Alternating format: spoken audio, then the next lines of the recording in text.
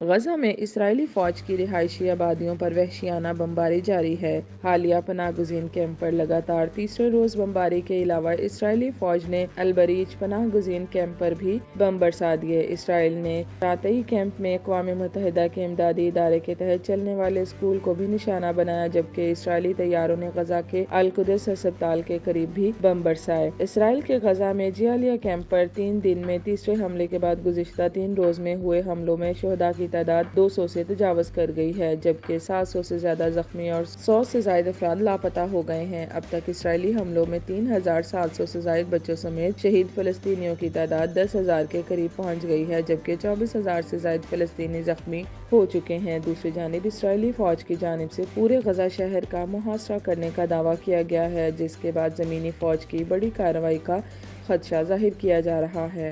دوسری جانب اسرائیلی فوج کے خلاف حماس اور حزب اللہ کے جوابی حملے بھی جاری ہیں۔ جنوبی لبنان سے اسرائیلی شہر کریات شمونہ پر راکٹوں سے حملہ کیا گیا۔ حزب اللہ کے حملے میں متعدد گاڑیوں اور مکانات میں آگ لگ گئی۔ لبنان سے فائر کیے گئے میزائل سے دوسرا اسرائیلی ڈرون بھی تباہ ہو گیا۔ حزب اللہ نے 2 مسلح ڈرون سے اسرائیلی اہداف کو کامیابی سے نشانہ بنانے کا بھی دعویٰ کیا ہے۔ عالمی ادارہ صحت نے کہا ہے کہ غزہ پٹی میں ہسپتالوں سے جبری بے دخلی سے مریضوں کو بدترین خطرات کا سامنا ہے۔ خبر ایجنسی AFP کی رپورٹ کے مطابق عالمی ادارہ صحت کے سربراہ نے کہا ہے کہ غزہ سٹی اور شمالی غزہ میں 23 ہسپتالوں سے بے دخلی کے احکامات دیے گئے ہیں۔ ان کا کہنا تھا کہ اس صورتحال میں جبری بے دخلی سے ہزاروں مریضوں کی جانیں خطرات سے دوچار ہو سکتی ہیں۔